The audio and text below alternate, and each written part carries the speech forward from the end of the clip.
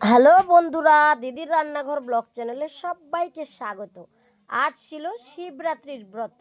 সেই শিবরাত্রির ব্রতটা আমরা কিভাবে পালন করি তার উপর আজকের ব্লগটা। তো চলো সম্পূর্ণ ভিডিওটা দেখতে থাকো, আশা করি তোমাদের ভীষণ ভালো লাগবে। শিবরাত্রির আগের দিন নিরামিষ ভোজন করতে হবে, সঙ্গে কিন্তু আতপ চালের ভাতও একবেলা খেয়েছি। তো নিরামিষ ভোজন করে একদম ঘর উঠান বাড়ি ঘর যা আছে লেপে মুছে আজকে শিবরাত্রির দিন সকাল সকাল দেখো সব কিছু জোগাড় গোছাড় করে নিয়েছি এখানে 5 রকমের ফল। গোটা ফল 5 রকমের নিতেই হবে, তারপর যার যত রকমের ইচ্ছা বাবা ভোলানাথকে ভোগ হিসেবে যত রকমের ফল ইচ্ছা দিতেই পারবে। তো সারাদিন উপবাস করে স্নান সেরে বিকেলের বেলায় আমি কিন্তু এখানে ফল কাটছি বসে বসে। কী কী নিয়েছি চলো একবার বলে দিই। বেলপাতা মাস্ট বি, শিবরাত্রি মানে বেলপাতা তো লাগবেই। সঙ্গে নিয়েছি ধুতুরা ফুল, ধুতুরার ফল, বেল, এছাড়াও 4 রকমের ফল। আর নিয়েছি নীলকণ্ঠ ফুল, বাট ফুল, আকন্দ ফুল, এগুলো লাগবেই। তারপরে পছন্দ মতো যে কোনো ফুল নেওয়া যাবে, লাল ফুল না দেওয়াই ভালো শিবরাত্রিতে। তো এবছর শিব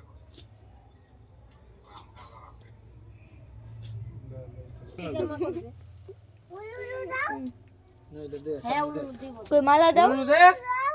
बोलियो शिव ठाकुर प्रेमानंदे।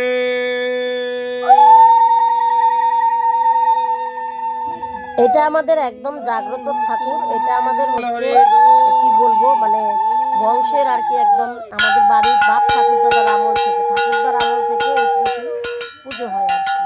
তো এই ত্রিশূলকেই হচ্ছে পুজো করছি। দেখতেই পাচ্ছ আমাদের তো নতুন ঠাকুর ঘর হচ্ছে, তো এবছর এখনো কমপ্লিট হয়নি, তাই এই বছর এই পুরনো ঠাকুর ঘরটাতেই পুজো করে নিচ্ছি।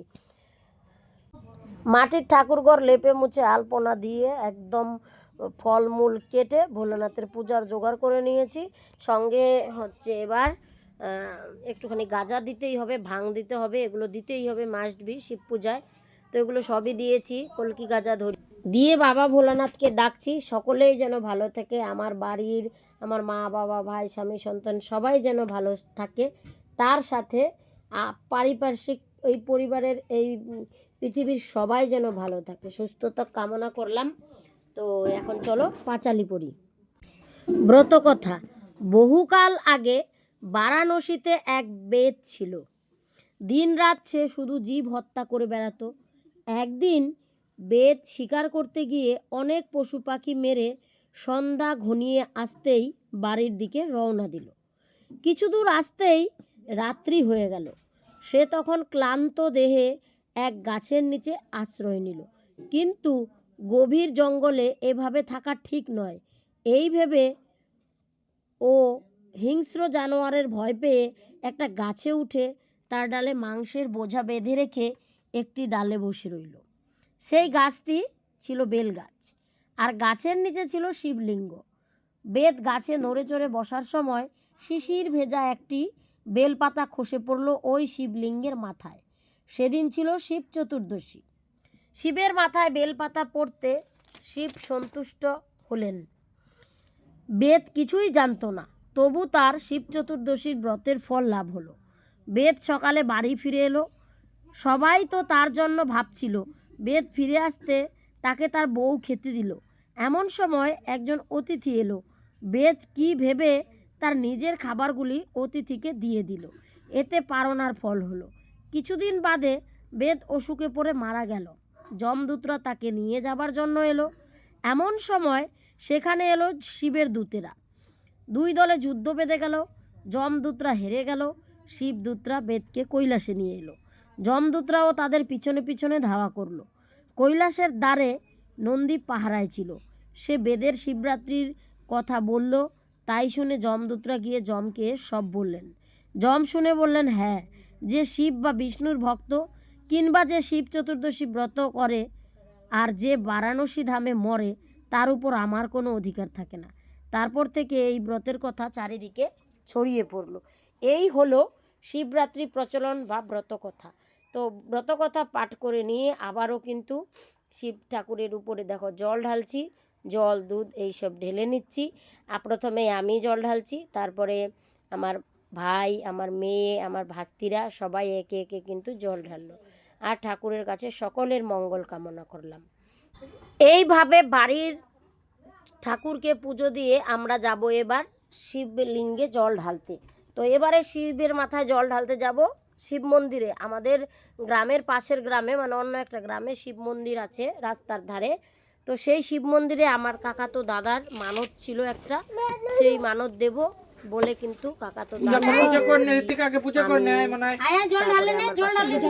সবাই মিলে সেখানে যাব। সেই জন্য কিন্তু যা যা বাড়ির পুজোয় নিয়েছি, ফল ফুল সবকিছু নিয়ে সঙ্গে জল নিয়েছি। জল বলতে তোমরা এখানে জ্যান্ত নদীর নিতে পারো, বা যে কোনো বয়ে যাওয়া নদীর নিতে পারো, বা কলের জলের সাথে গঙ্গা জল মিশিয়ে নিতে পারো। এবছর কলের জলের সাথে গঙ্গা জল মিশিয়ে নিয়ে হচ্ছে রওনা দেবো। বাড়ির পুজোটা শেষ করে সামনের দিকে এগোবো।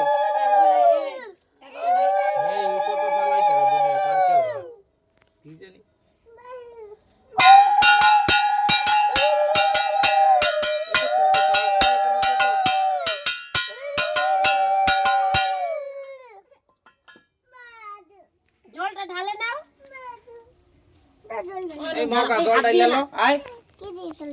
ফোন করছিলাম দুপুরে খাইতে গেলে অনেক দূরে আইছি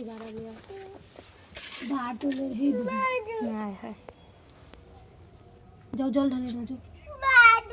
দেখ দেই বাডু বাডু বাডু তুমি তো জল ঢাল বুঝলো, জল আর দুধ ঢালে নেই ভোলে বাবাকে। ভোলে বাবাকে ঠান্ডা কর, ঠান্ডা জল দিয়ে যা। দেখি ভোলে বাবা দেখ রাগ করছে, ঠান্ডা জল দিয়ে দে, ঠান্ডা জল দিয়ে দে। ভোলে বাবার মাথাটা ঠান্ডা হয়ে যাবে, আর বেলটা ফাটাই দে ঠাস করে। পারবি ফাটাইতে বেলটা? পারবি রে? তবে কি মাথা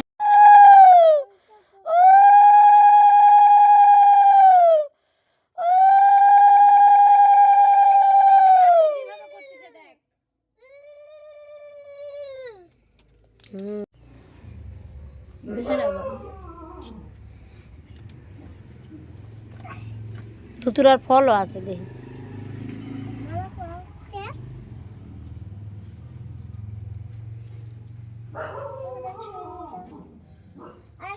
এই গোটা ফলটি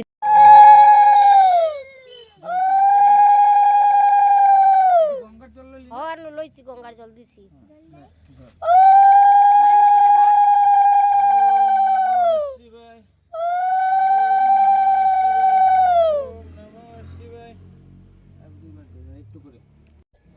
ওম নমঃ শিবায়।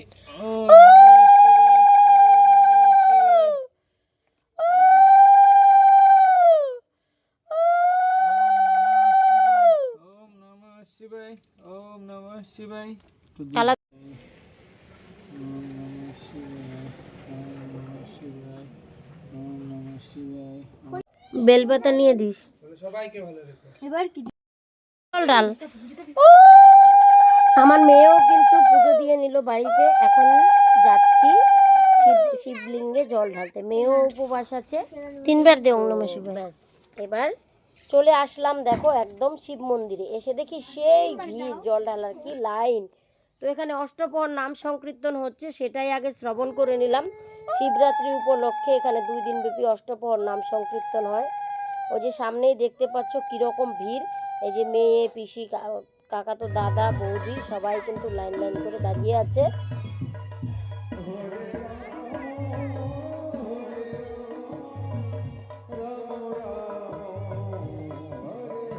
দেখো সবাই মাথায় নিয়ে কিন্তু দাঁড়িয়ে আছে লাইনে। আমিও পিছনের দিকে দাঁড়িয়ে আছি, সবাই দাঁড়িয়ে আছি আর কীর্তন চলছে।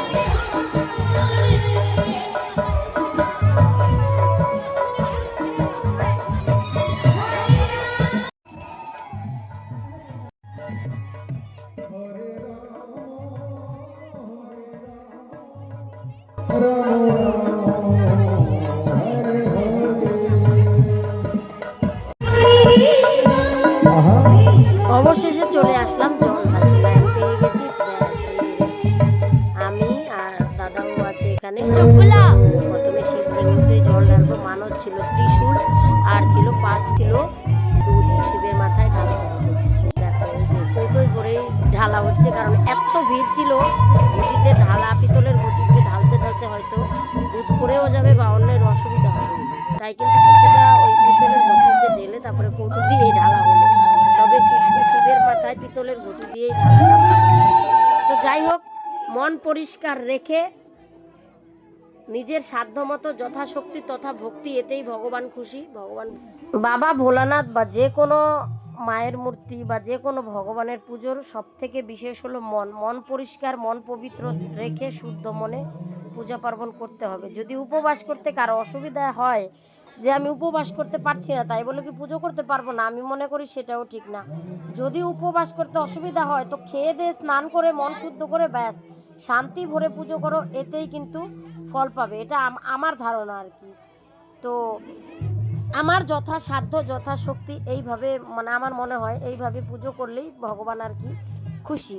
তো এই ভেবেই কিন্তু আমরা দেখো শিবরাত্রির ব্রত প্রায় পালন করে ফেলেছি। আর এই যেখানে মা কালী দেখতেই পাচ্ছ, এই মা কালীর গলায় যে জবার মালাটা আমার দাদা পরিয়েছে, এটা আমি মানত রেখেছিলাম যে জবার মালাটা আর কি পরিয়ে দেবে। তো ওই জন্য দেখো পরিয়ে দিয়েছে। দাদা একটা সময় একটু অসুস্থ হয়ে গেছিলো, তো তখনই আর কি মানত করেছিলাম। তো দাদা ভগবানের কৃপায় এখন ভালো আছে, সেই জন্য আজকে আসলাম ঠাকুরের কাছে মানত দিতে। মনের শান্তিতেই সব হয়। তো যাই হোক, পরে আমরা বাড়ি গিয়ে আজকের দিন কিন্তু ভাত টাত খাইনি, ফল মূল খেয়ে উপবাস ভেঙেছি। সাবু গোলা খেয়েছি আর ভাত টাত খাইনি, মানে দানার খাবার খাইনি। এবার পরের দিন এই যে সকালবেলা পারণ করতে হবে 10টার মধ্যে, মানে 1 মিনিট কম 10টার মধ্যে। সকালবেলা ঘুম থেকে উঠে ঘর উঠান বাড়ি সব বাসি ঘরটর ঝাড় দিয়ে আবার ঠাকুর ঘর লেপে মুছে খিচুড়ি রান্না করেছি ভোগের জন্য, পারণের জন্য। আর সেই ফুল দুব্বা ধান দেবো মনের ইচ্ছা মতন যা যা পেয়েছি ভোলানাথের কৃপা যতটা সম্ভব হয়েছে সব কিছু জোগাড় গোছাড় করে ফল কেটে খিচুড়ি রান্না করে ব্যাস পারণা মন্ত্র করে কিন্তু ভোগ দিয়ে দিচ্ছি।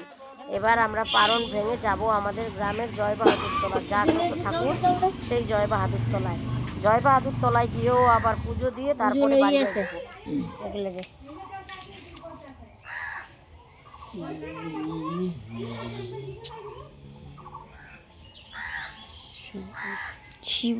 সংসার ক্লেশ দগ্ধস্য বর্তেনানেশ্ব শঙ্কর প্রসিদ্ধ সুমুখনাথ জ্ঞানং দৃষ্টিপ্রদ ভব। সংসার ক্লেশ দগ্ধস্য বর্তেনানেন শঙ্কর প্রমিত সমুদনাথ জ্ঞান দৃষ্টিপ্রদ ভব।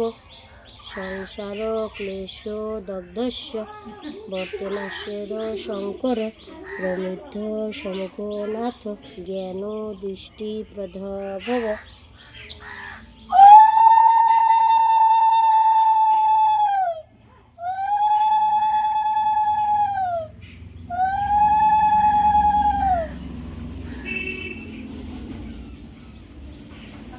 আমিও পূজা দিলাম, দাদাও পূজা দিল, আমার মেয়েও পূজা দিল।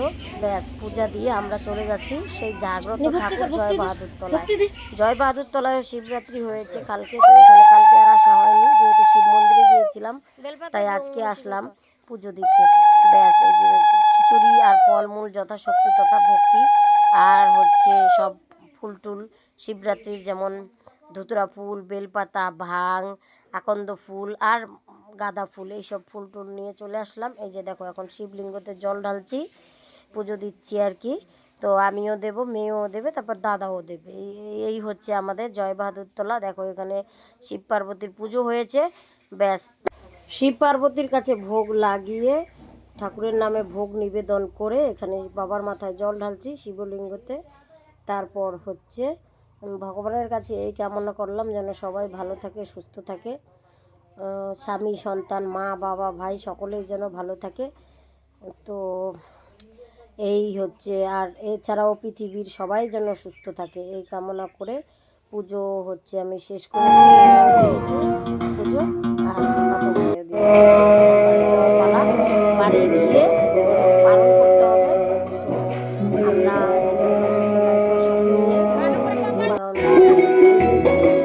বাড়িতে আমি শিশুকে নিমন্ত্রণ করেছিলাম।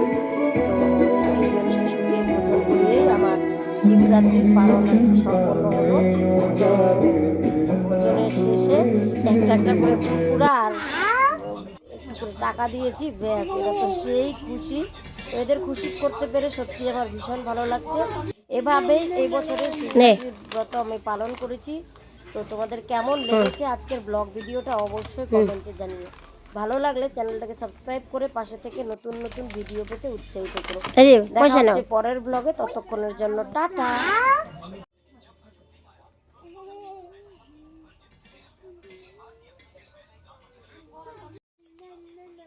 নে হুম হুম